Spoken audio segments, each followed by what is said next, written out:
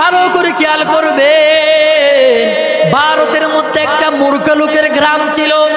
ওই গ্রামের মধ্যে কোন ব্যক্তি কোরআন তেলাওয়াত করতে জানে না, কোন ব্যক্তি লেখাপড়া জানে না। ওই এলাকার মধ্যে সবাই মূর্খ। হঠাৎ করে একদিন ওই এলাকার মধ্যে একটা মানুষের ইন্তেকাল হয়ে গেছে। ওই মানুষটা মারা যাওয়ার পর এলাকার মানুষ অবাক হয়ে গেছে। আমরা এখন কি করব, চিন্তার মধ্যে পড়ে গেলেন।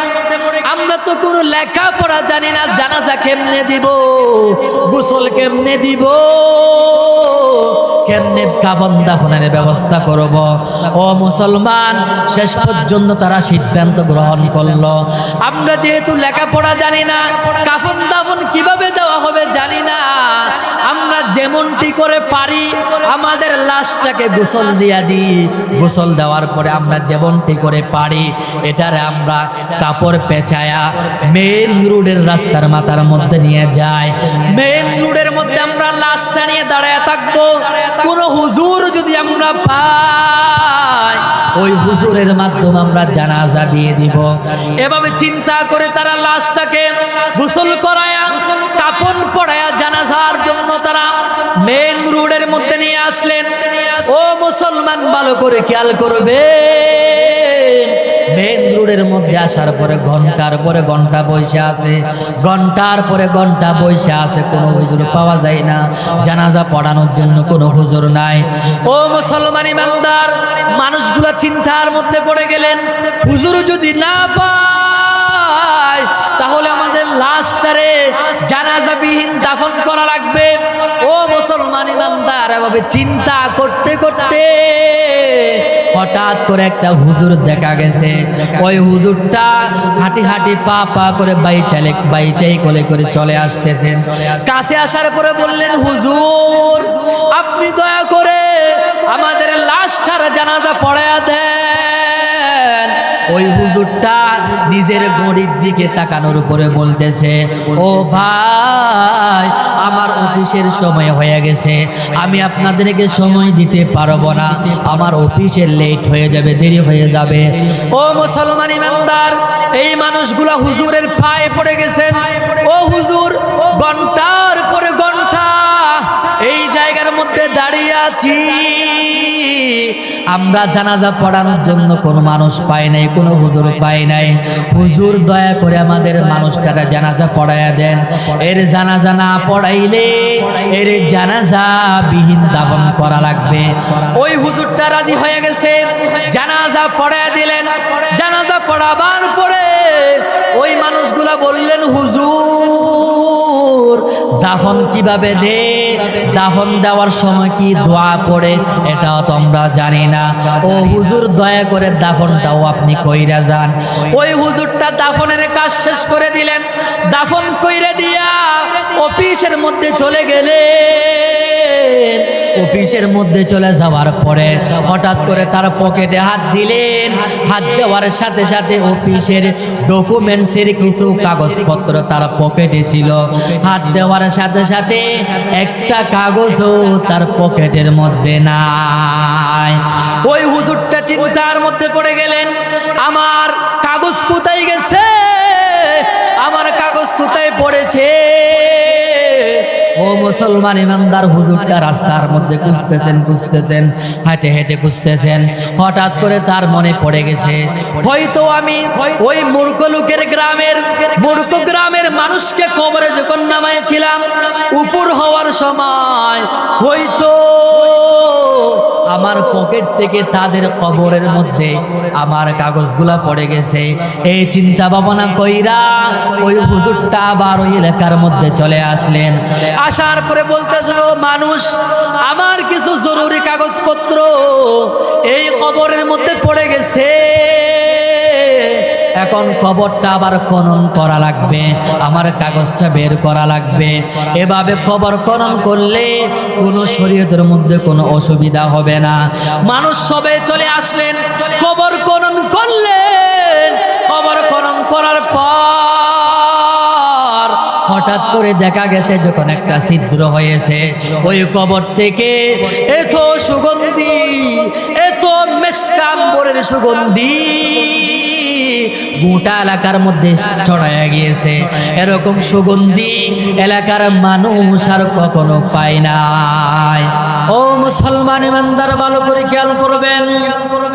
কোরআনে কারীমের 25 নম্বর সূরা সূরাতুল ফুরকানের 30 নম্বর আয়াতে রব্বুল আলামিন ঘোষণা করে জানায় দিয়েছেন, وقال الرسول يا رب إن قوم اتخذوا هذا القرآن مهجورا। আল্লাহু আকবার বলেন।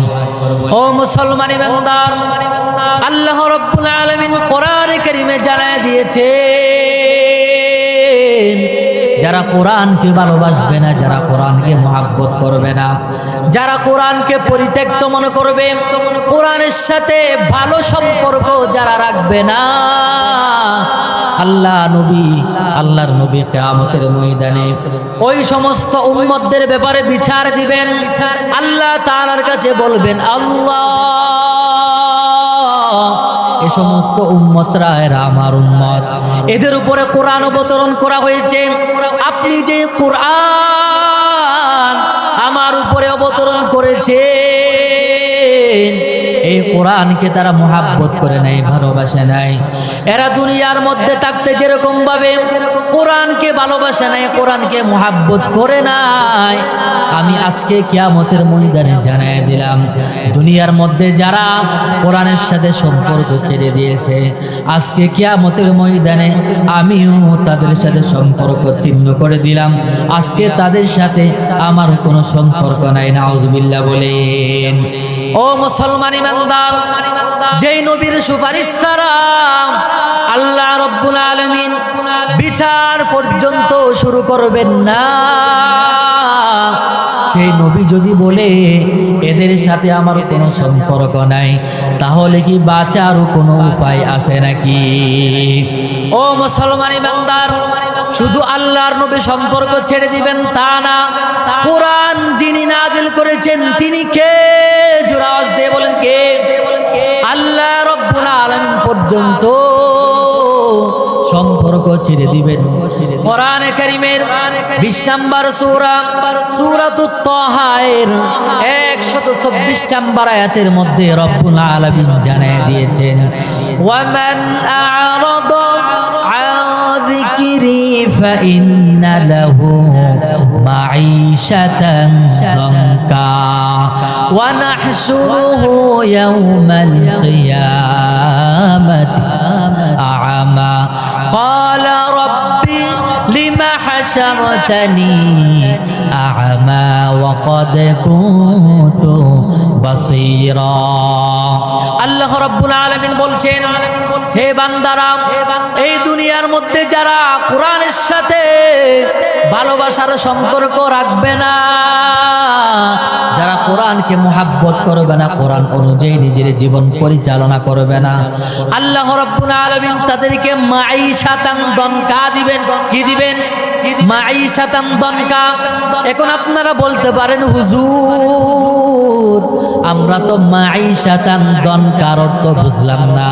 ভালো করে খেয়াল করবেন, মুফাসসিরিনে কেরাম মাঈশাতান দনকার দুইটা তাফসীর করেছেন। কয়টা? এক নাম্বার হচ্ছে, দুনিয়ার মধ্যে আপনার টাকা থাকবে, পয়সা থাকবে, গাড়ি থাকবে, নারী থাকবে, বাড়ি থাকবে, সব কিছু থাকবে, শান্তি নামক জিনিস আপনার জীবনে থাকবে না।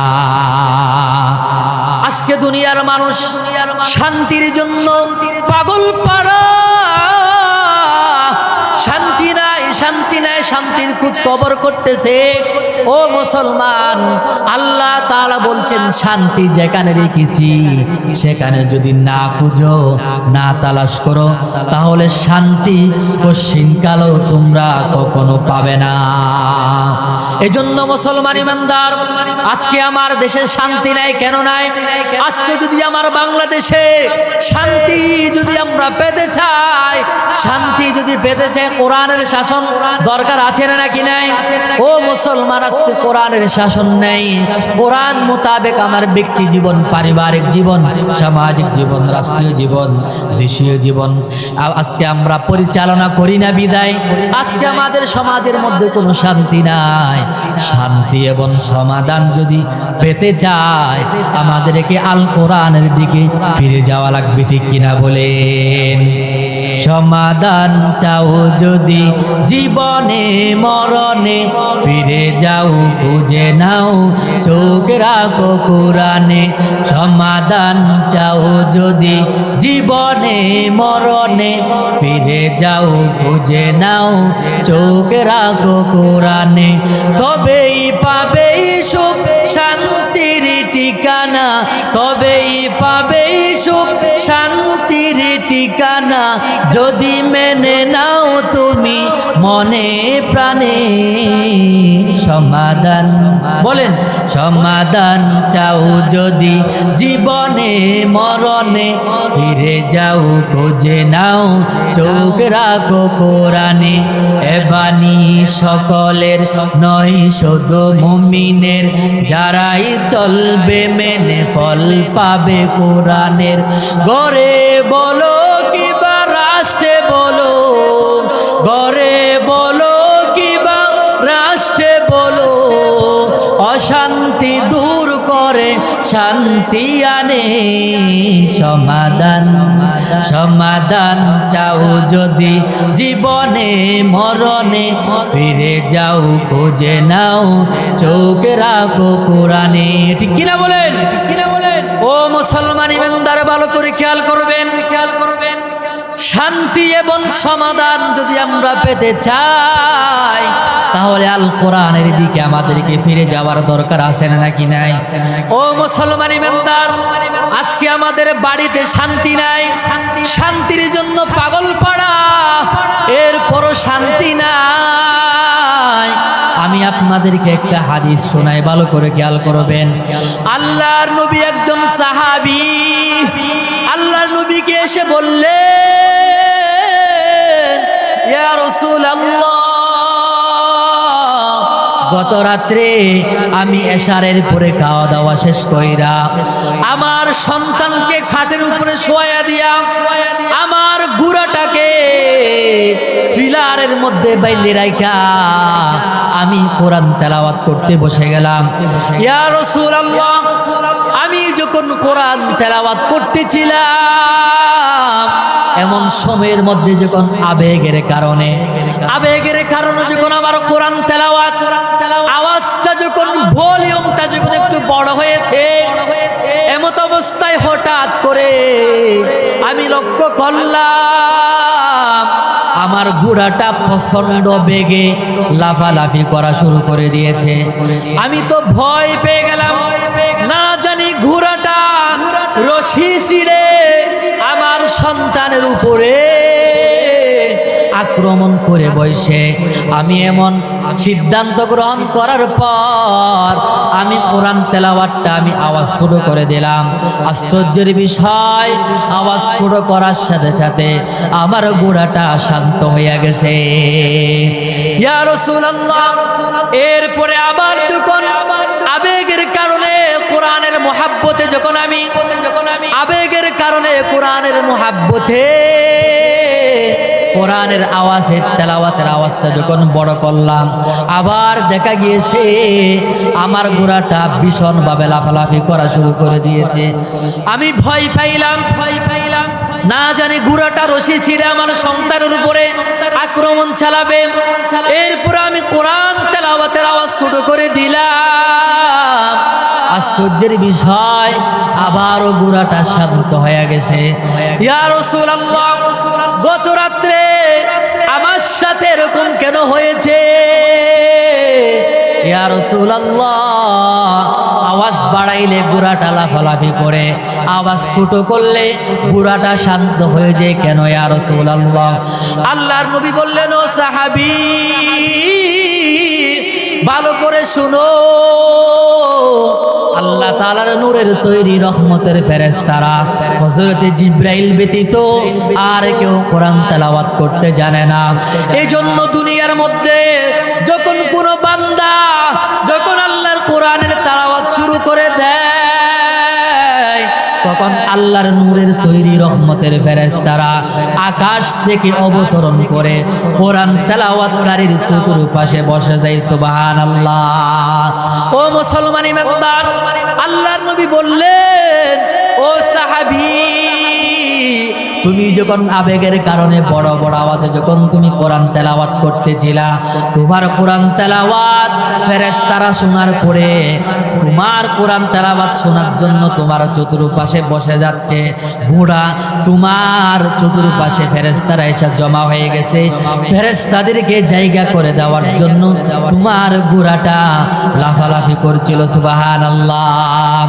ও সাহাবী, তুমি যখন কোরআন তেলাওয়াতের আওয়াজ যখন ছোট করে দাও, তখন ফেরেশতারা আর তোমার কোরআন তেলাওয়াতের আওয়াজটা আর পায় না। শুনতে না পাওয়ার কারণে ফেরেশতারা আকাশের মধ্যে চলে যায়, এজন্য তোমার ঘোড়াটা শান্ত হয়ে যায়। আল্লাহর নবী বললেন, ও সাহাবী, আজকে যদি তুমি ফজর পর্যন্ত যদি আল্লাহর কোরআন তেলাওয়াত করতে থাকতা, তাহলে আজকে মদিনাবাসীর শতককে তারা নিজেদের চোখে ফেরেশতা দেখতে পেত। সুবহানাল্লাহ। ও মুসলমান ইমানদার, এই হাদিস থেকে কি প্রমাণ হয়? আমরা যদি আমাদের বাড়িতে আল্লাহর নূরের তৈরি রহমতের ফেরেশতা যদি আমরা আমাদের বাড়িতে আমদানি করতে চাই, তাহলে গরু জবে করে মহিষ জবে করে খাবার আয়োজন করলে হবে না, অবশ্যই কোরআন তেলাওয়াত করা লাগবে। কোরআন তেলাওয়াতের কোনো বিকল্প নেই, ঠিক কিনা বলেন? ও মুসলমান ইমানদার, ভালো করে খেয়াল করবেন। এজন্য আপনি যখন আপনার বাড়িতে কোরআন তেলাওয়াত করবেন, রহমতের ফেরেশতা আসবে। রহমতের ফেরেশতা আসার কারণে আপনার বাড়িটা শান্তিতে ভরে যাবে। আর আপনি যখন কোরআন তেলাওয়াত করবেন না, গান বাদ্য বাজনা যখন আপনি বাড়ির মধ্যে শুনবেন, আপনার বাড়িতে যখন চালু রাখবেন, তখন আকাশ থেকে, ও মুসলমান, শয়তানরা এসে আপনার বাড়িতে ভিড় করবে। শয়তানের গ্যাদারিং যখন বেড়ে যাবে, তখন আপনার ঘর অশান্তিতে ভরে যাবে, ঠিক কিনা বলেন? এই জন্য মুসলমান, কোরআন তেলাওয়াত করার দরকার আছে না নাকি নাই? ও মুমিন, ভালো করে খেয়াল করবেন। ভারতের মধ্যে একটা মূর্খ লোকের গ্রাম ছিল। ওই গ্রামের মধ্যে কোন ব্যক্তি কোরআন তেলাওয়াত করতে জানে না, কোন ব্যক্তি লেখাপড়া জানে না। ওই এলাকার মধ্যে সবাই মূর্খ। হঠাৎ করে একদিন ওই এলাকার মধ্যে একটা মানুষের ইন্তেকাল হয়ে গেছে। ওই মানুষটা মারা যাওয়ার পর এলাকার মানুষ অবাক হয়ে গেছে। আমরা এখন কি করব, চিন্তার মধ্যে পড়ে গেলেন। আমরা তো কোনো লেখাপড়া জানি না, জানাজা কেমনে দিব, গোসল কেমনে দিব, কেমনে কাফন দাফনের ব্যবস্থা করব। ও মুসলমান, শেষ পর্যন্ত তারা সিদ্ধান্ত গ্রহণ করলো, আমরা যেহেতু লেখাপড়া জানি না, কাফন দাফন কিভাবে দেওয়া হবে জানি না, আমরা যেমনটি করে পারি আমাদের লাশটাকে গোসল দিয়া দিই। গোসল দেওয়ার পরে আমরা যেমনটি করে পারি এটারে আমরা কাপড় পেঁচায়া মেইন রোডের রাস্তার মাথার মধ্যে নিয়ে যাই। মেইন রোডের মধ্যে আমরা লাশটা নিয়ে দাঁড়ায় থাকবো। কোন হুজুর যদি আমরা পাই, ওই হুজুরের মাধ্যমে আমরা জানাজা দিয়ে দিব। এভাবে চিন্তা করে তারা লাশটাকে গোসল করায়া কাফন পরায়া জানাজার জন্য তারা মেইন রোডের মধ্যে নিয়ে আসলেন। ও মুসলমান, ভালো করে খেয়াল করবেন। মেইন রোডের মধ্যে আসার পরে ঘন্টার পরে ঘন্টা বসে আছে, ঘন্টার পরে ঘন্টা বসে আছে, কোনো হুজুর পাওয়া যায় না।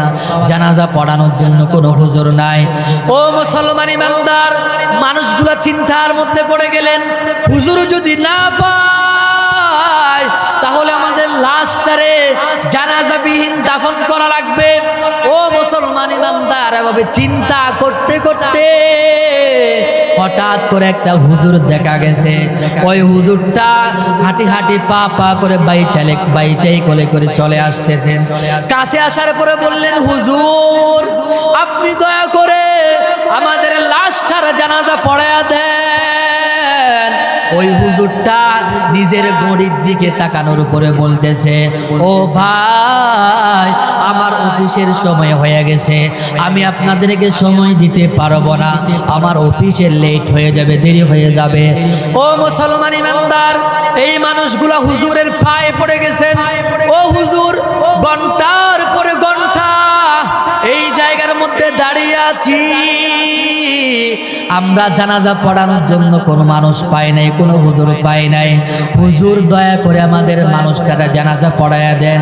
এর জানাজা না পড়াইলে এর জানাজা বিহীন দাফন করা লাগবে। ওই হুজুরটা রাজি হয়ে গেছে, জানাজা পড়ায়া দিলেন। জানাজা পড়াবার পরে ওই মানুষগুলা বললেন, হুজুর দাফন কিভাবে দে, দাফন দেওয়ার সময় কি দোয়া পড়ে এটাও তো আমরা জানি না। ও হুজুর দয়া করে দাফনটাও আপনি কইরা যান।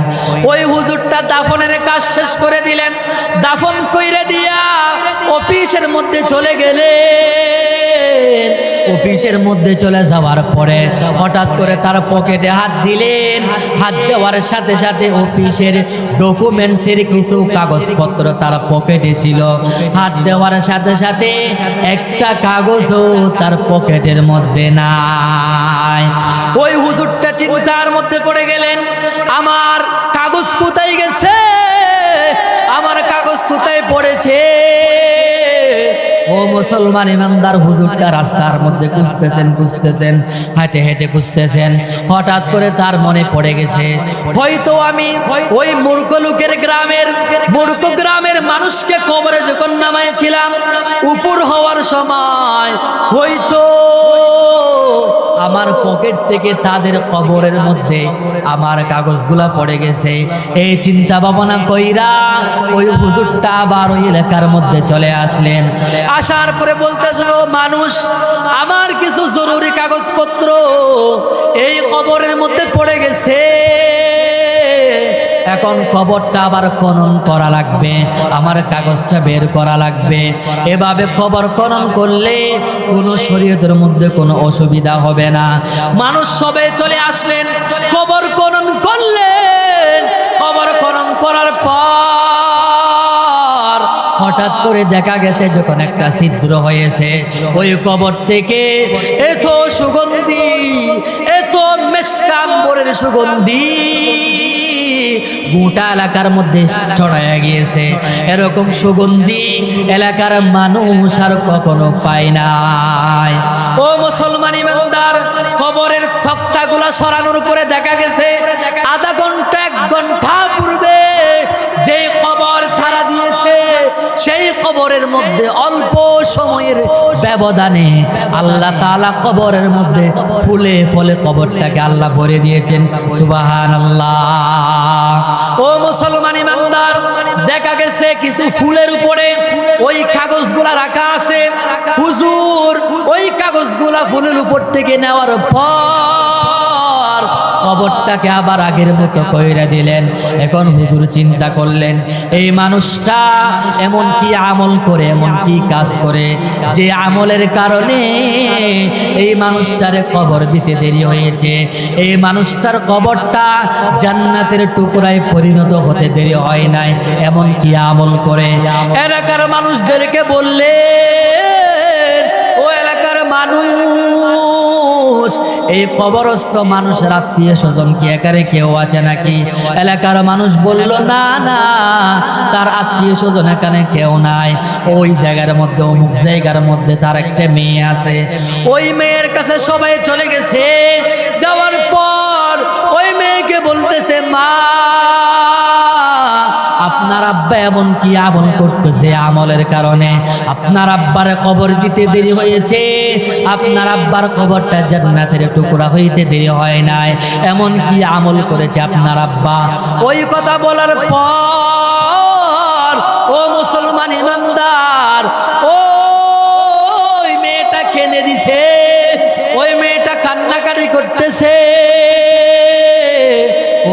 মেয়েটা কান্নাকাটি করতে করে করে বলতেছে, ও হুজুর, আপনি তো জানেন আমাদের গ্রামের মধ্যে সবাই মূর্খ মূর্খ সুরূখ মানুষ, আমরা কেউ কোনো পড়ালেখা জানি না, আমার আব্বা তেমন কোনো আমল করতেন না, আমার আব্বা মাঠে ঘাটে সারাদিন কাজ করতেন, কিন্তু সন্ধ্যাবেলা আমার আব্বা যখন বাড়িতে চলে আসতেন, বাড়িতে আসার পরে সুন্দর করে উজু কইরা আমাদের বাড়ির তক্তার উপরে একটা মুঠা বই রাখা আছে, ওই বইটা সুন্দর করে আমার আব্বা কইলা, আমার আব্বা ওই বইটার প্রতিটা লাইনে লাইনে হাত চলায়া আঙ্গুল চালায়া বলতো, ये मेरा मौला का कलाम है, ये मेरे मौला का फरमान है, मेरे मौला ने सच कहा है।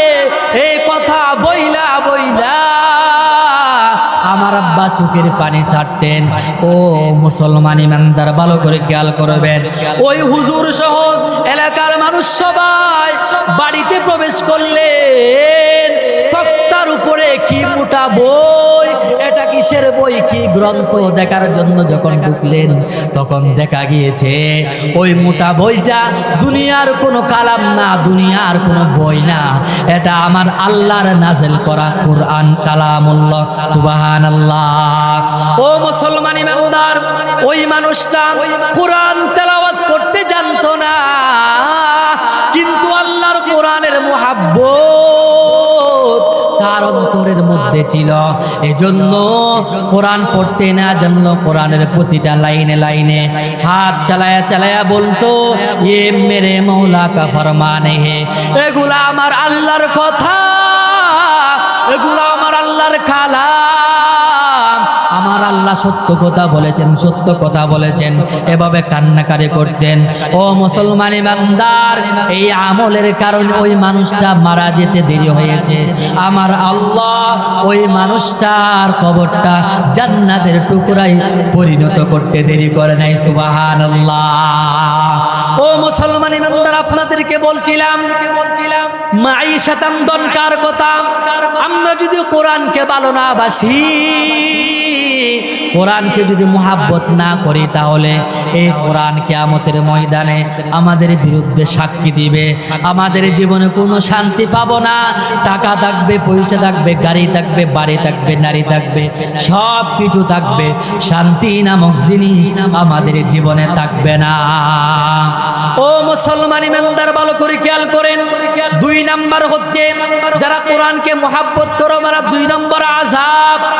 ও মুসলমান ইমানদার, 2 নম্বর আযাব হচ্ছে তারা যখন মারা যাবে, কবরের মধ্যে যখন চলে যাবে, কবরের মধ্যে যাওয়ার সাথে সাথে কবরের এক পাশের মাটি আরেক পাশের মাটি এভাবে তারা চাপ দিবে, এক পাশের হাড্ডি আরেক পাশে এভাবে ঢুকে যাবে। নাউজুবিল্লাহ।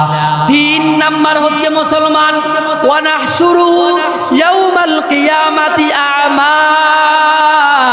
আল্লাহ তাআলা বলছেন, যারা কোরআনকে মুহাব্বত করবে না, যারা কোরআনকে ভালোবাসবে না, আল্লাহ রাব্বুল আলামিন কিয়ামতের ময়দানে তাদেরকে, আল্লাহ তাআলা কিয়ামতের ময়দানে তাদেরকে অন্ধ বানায়া উত্তোলন করবেন। আল্লাহ তাআলা তাদেরকে অন্ধ বানায়া কিয়ামতের ময়দানে উত্তোলন করবেন। ও মুসলমান, তারা বলবেন, ক্বালা রাব্বি লিমা হাশারতানি আ'মা ওয়া ক্বাদ কুনতু বাসীরা। ও আল্লাহ, দুনিয়ার মধ্যে তো আমরা অন্ধ ছিলাম না, দুনিয়ার মধ্যে তো আমরা চোখে দেখতে পেতাম, আমরা তো দুনিয়ার মধ্যে অন্ধ ছিলাম না, আজকে কিয়ামতের ময়দানে কেন অন্ধ হয়ে গিয়েছি? কারণটা কি? আল্লাহ তাআলা বলবেন, ও আল্লাহ, আল্লাহ তাআলা বলবেন, ও বান্দা, দুনিয়ার মধ্যে আমি কোরআন অবতরণ করেছি, কোরআন নাজিল করেছি, তোমরা কোরআনকে মুহাব্বত করো নাই, কোরআনকে ভালোবাসা নাই, চুপ থাকার পরও কোরআনকে তোমরা পয়রা দেখো নাই, কোরআনকে ভালোবাসা নাই, কোরআনের দিকে তাকাও নাই, চুপ থাকার পর দুনিয়ার মধ্যে কোরআনের জন্য যেভাবে অন্ধ ছিলা, আজকে কিয়ামতের ময়দানে আমি আল্লাহ তাআলা চুপ থাকার পরও তোমাদেরকে অন্ধ বানায় দিলাম। নাউজুবিল্লাহ। ও মুসলমান ইমানদার, আল্লাহ তাআলা বলবেন, ক্বালা কাযালিকা আতাতকা আয়াতুনা ফানাসিতাহা ওয়া কাযালিকাল ইয়াউমা তুমসা।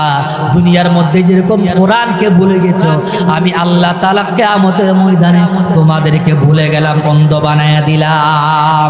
ও মুসলমান ইমানদারের জন্য কোরআনের ভালোবাসা, কোরআনের সাথে মুহাব্বত রাখার দরকার আছে না নাকি নাই?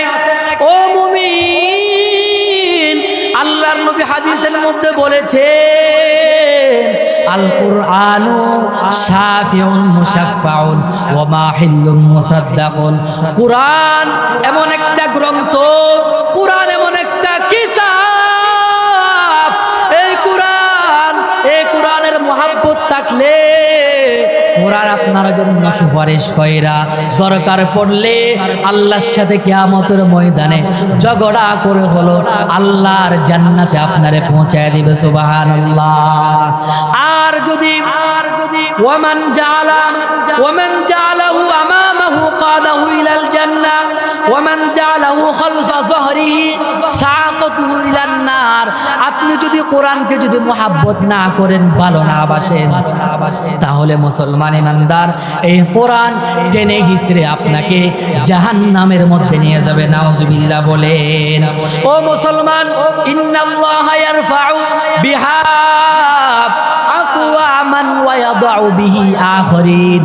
আল্লাহর নবী হাদিসের মধ্যে বলেছেন, আল্লাহ তাআলা এই কোরআনের মাধ্যমে কিছু মানুষকে সম্মানিত করেন, আর এই কোরআনের মাধ্যমে আল্লাহ তাআলা কিছু মানুষকে বেইজ্জতি করেন। যারা কোরআনকে সম্মান করবে, আল্লাহ তাআলা কোরআনের মাধ্যমে তাদেরকে সম্মানিত করেন, আর যারা কোরআনকে সম্মান করবে না, আল্লাহ তাআলা তাদেরকে কোরআনের মাধ্যমে বেইজ্জতি করেন। নাউজুবিল্লাহ। ও মুসলমান ইমানদার, ও জামানা মে মুআজ্জাজ থে হামিলে কুরা হোকর और हम जलील खार हुए तारके कुरा होकर। আগের জমানার মানুষ সম্মানিত ছিল, আগের জমানার মানুষ খুব শান্তিতে বসবাস করত, কারণ তাদের সাথে আল কোরআনের মুহাব্বত ছিল।